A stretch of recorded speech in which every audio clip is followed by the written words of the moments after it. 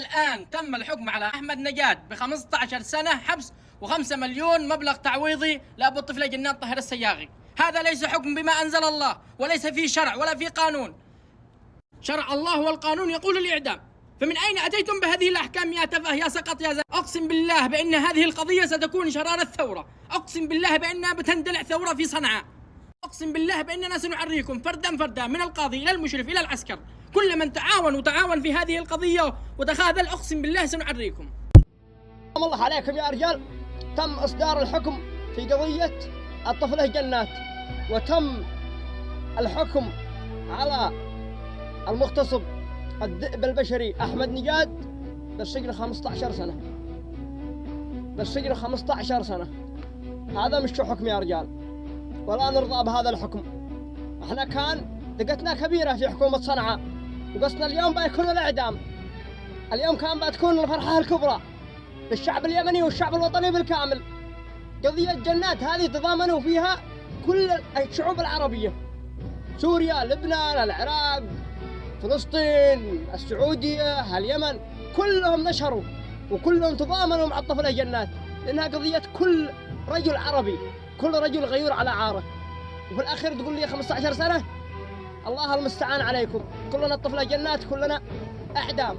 لو احنا رجال بنعدمه، لو احنا رجال بيعدموه. تحياتي لكم، أخوكم على القيس. شرع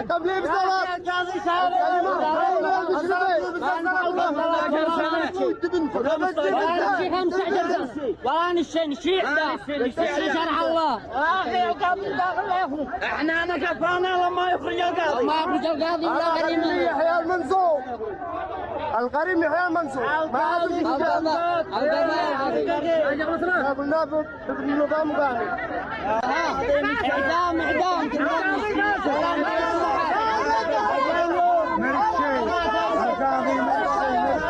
لي بنته ويحكم بها، ويحكم عليها ب10 مليون ولا ب20 ولا ب100 مليون، ويدي لي بنته المقتضى. قضاء فاسد، قضاء فاسد حق الصلاة.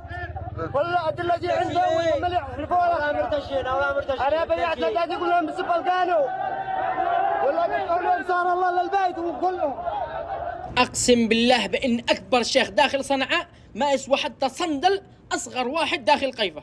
روحوا تعلموا الرجالة، وروحوا تعلموها من قيفة ومن أصحاب البيضاء وأصحاب رداع. إيش باقي لكم ما تتحركوا؟ إيش باقي لكم؟ كل يمني شريف عفيف داخل صنعاء لابد من الوقوف في هذه القضية. وش مراعين لصاحب عدن يجي من عدن يجي ينصفكم داخل هذه القضية، ولا صاحب تعز يجي من تعز يجي ينصفكم داخل القضية، ولا الذي بالخارج يجوا؟ أنتم داخل صنعاء وداخل المدينة لابد من الوقوف في هذه القضية، لابد من مساندة قبائل الحيمتين. اليوم تم الإثبات لنا بأن الشرع الله والقانون لا يطبق إلا على المواطن المسكين والمستضعف. إذا لم تقفوا ضد هذا الحكم أقسم بالله في الأولى لكم بأن تتحجبوا وتتبرقعوا وتجلسوا داخل البيوت.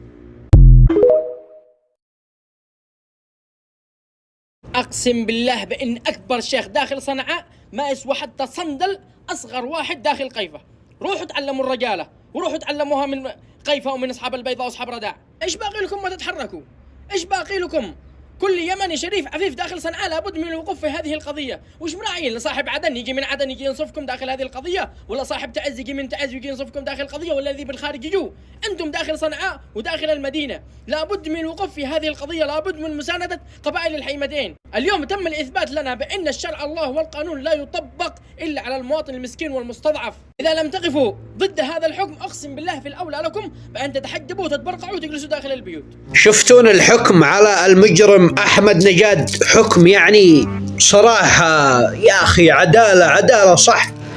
هذا الحكم أنا قد حكمت فيه في الليل قبل ما يحكم القاضي، وإحنا عارفين إن القضية أنباعت، والله القضية أنباعت، فحكموا عليه 15 سنة. وأنا لا صار الحكم هذا قص الشوارب هذولا، والله ما راح يصير إلا بس قدام الرأي العام. وأحمد نجاد احتمال كبير بعد أسبوع إذا ما هو مخزن في البيت في أرتل ولا في جولة دار سلم فعليه بحق.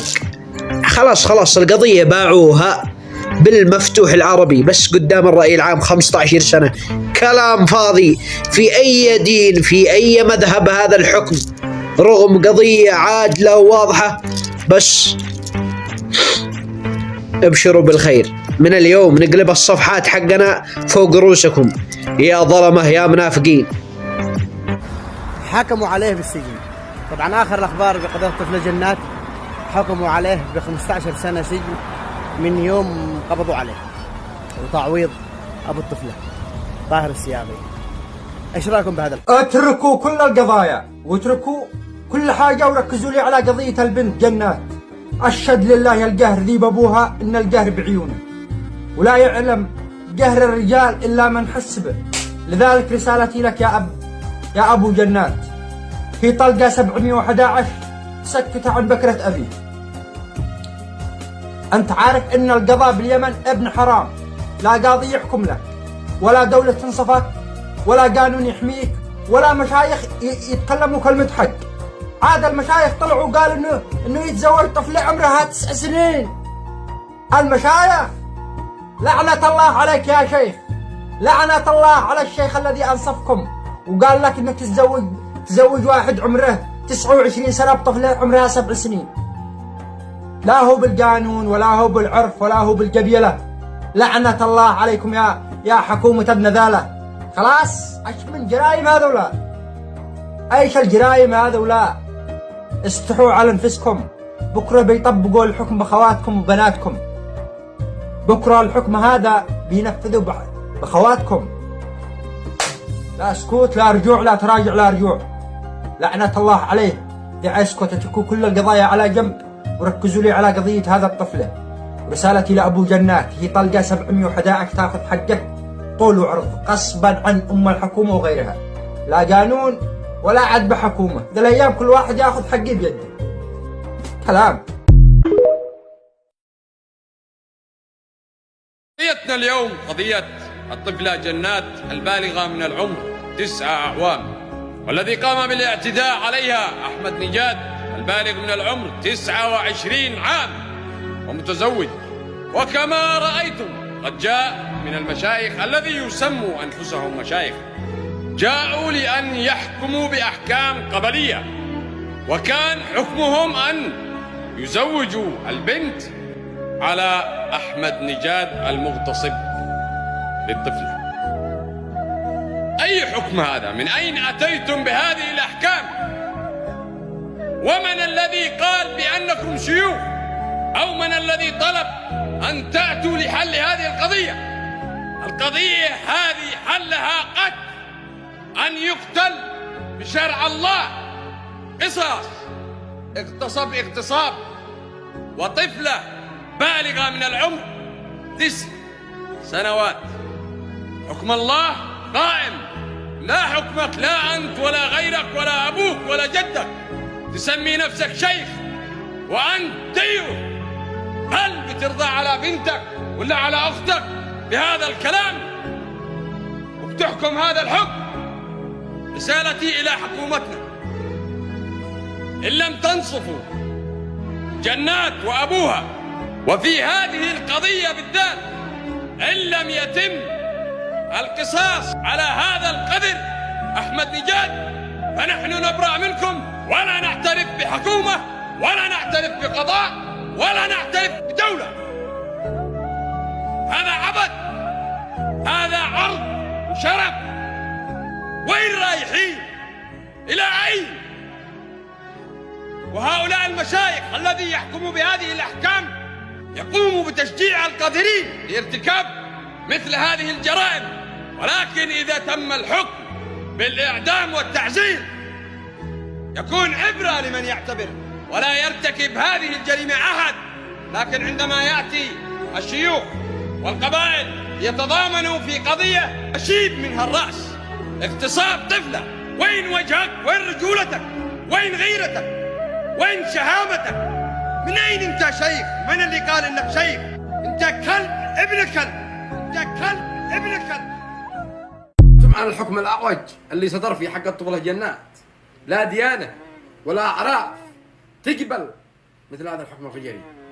هل قد سمعتم بدولة بالعالم إنه أحكام قضايا الناس بيد مشايخ القبيلة؟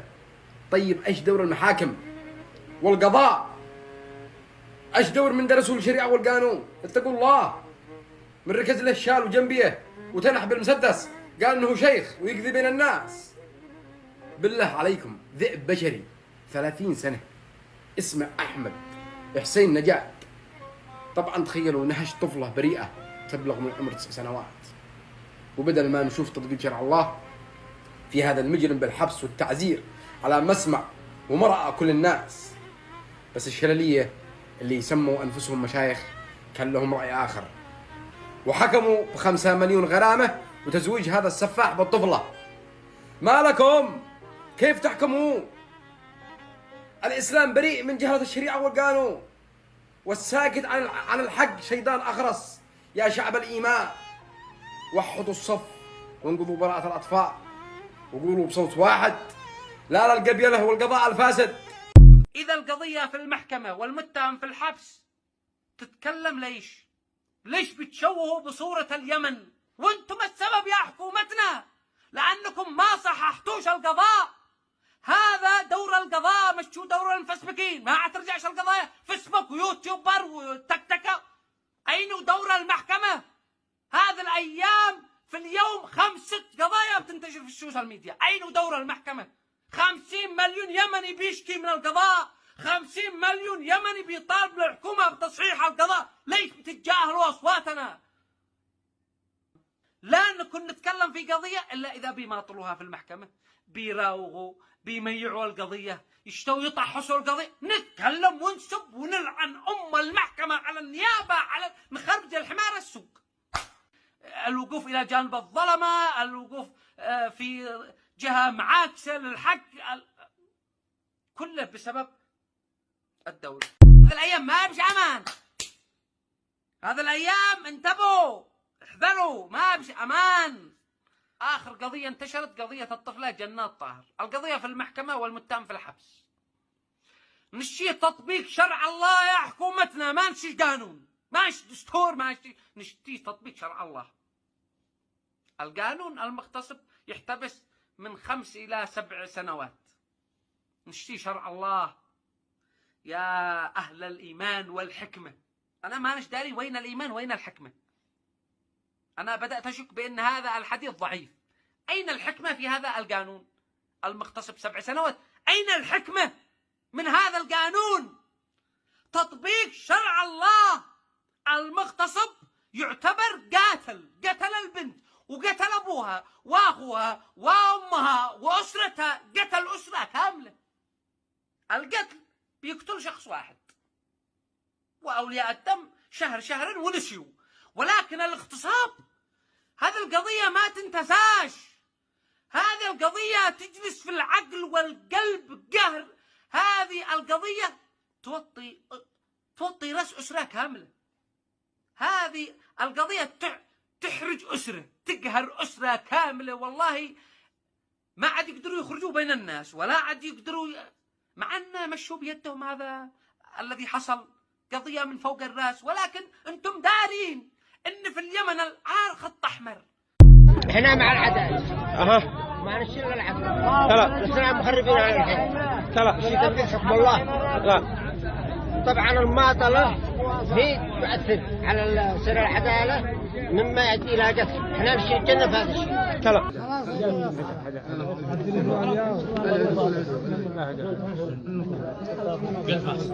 جايب يا جايب. كمل. اليوم خلصها اليوم. الشيء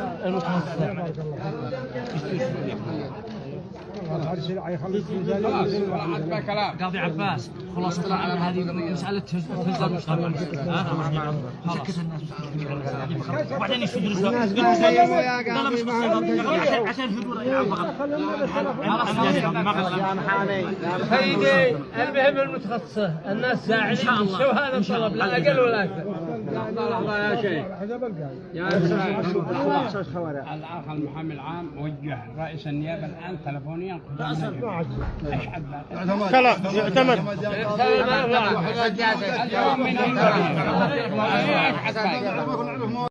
كلنا الطفلة جنات. طبعا قصة الطفلة جنات هذا الطفلة عمرها 9 سنوات. 9 سنوات اغتصبها مجرم 30 جاد المعرس. متزوج. المشكلة وين؟ الوسطاء أو الوساطة أو الذي تدخلوا في القضية المشايخ. الشيخ عليكم لعنة الله، لا عندكم مشيخة، وعلى من بيطبل لكم. قال لك يدفعوا كم مليون ويتزوج البنت. أولا ما يصحش إنه يتزوج قاصرة، البنت قاصرة. 1.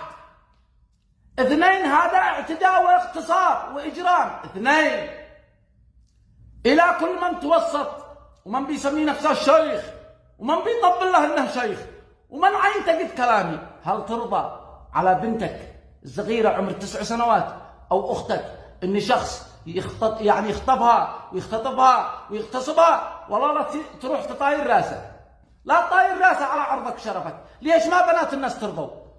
ليش ما هذا رضيتوا فيها؟ الشيخ الخرطي خاطركم أن صورته، ويجب أن يعرف الناس اسمه، ويجب أن يشرشح به، ويجب أن يعرف الناس كلها من يمني وغير يمني، وأن يسمع بأمة لا إله إلا الله. حتى الميتين في خزيمة تكلمهم على الجريمة التي ارتكبت بحق هذا الطفل من قبل هذا الكلب. يكون عبرة. الله سبحانه وتعالى ما شرع التعزير إلا ليكون عبرة. التعزير وتربط الواحد وتقيده وتزيد جلد، ألا يكون عبرة أمام الناس كلها. هذا الرسالة الأولى. أتمنى من كل الناشطين والإعلاميين والحقوقيين أن يتضامنوا مع هذا البنت. أهلها فقراء ما بيش معهم ما يأكلوا وفي حالة يرثى لها، وأهل الولد هذا عندهم خير واجد، قالوا أمورهم طيبة. أتمنى من كل واحد يحس بنته ويطرح أخته ويطرح مكلته في هذا المنظر. تخيلوا بس حالة البنت الآن بعد ما يعتدي عليها واحد عمره 30 أو 35 سنة، تخيلوا حالهم.